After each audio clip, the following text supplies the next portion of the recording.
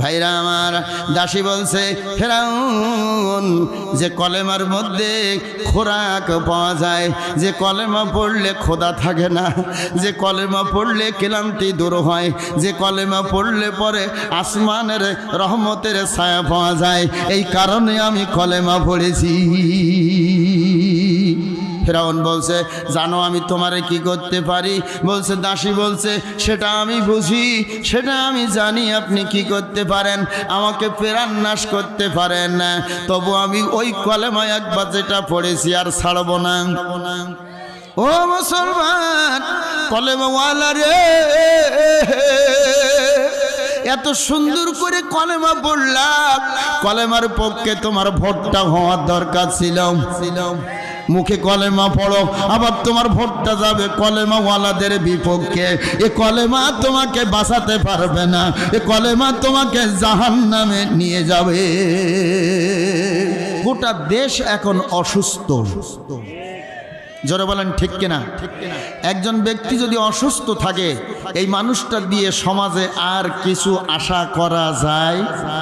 কথা বলতে হবে, আশা করা যায়? গোটা দেশ এখন অসুস্থ। দীর্ঘ 16টা বছর অসুস্থ থাকার পরে বিভিন্ন ডাক্তারের ঔষধ খেয়ে চিকিৎসা চলতেছে।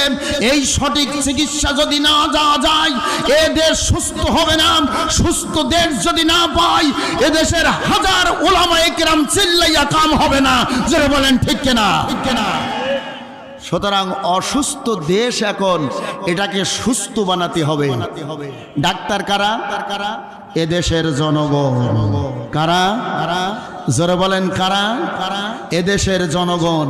জনগণ যদি সঠিকভাবে সুচিকিৎসা দিতে পারে, দেশ অসুস্থ থাকবে না, দেশ সুস্থতায় পরিণত হবে।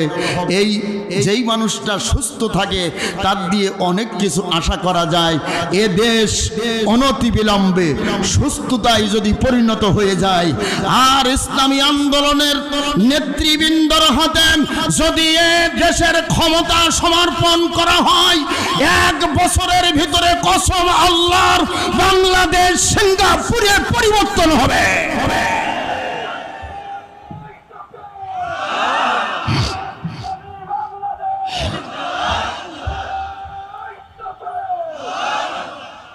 আজকের বলতে চাই নাই, মনের ভিতরে বড় আক্ষেপ ছিল, বড় আবেগ ছিল। এই সাতক্ষীরার পশ্চিম পাশে কোনো মাহফিলে আমার এলাও ছিল না।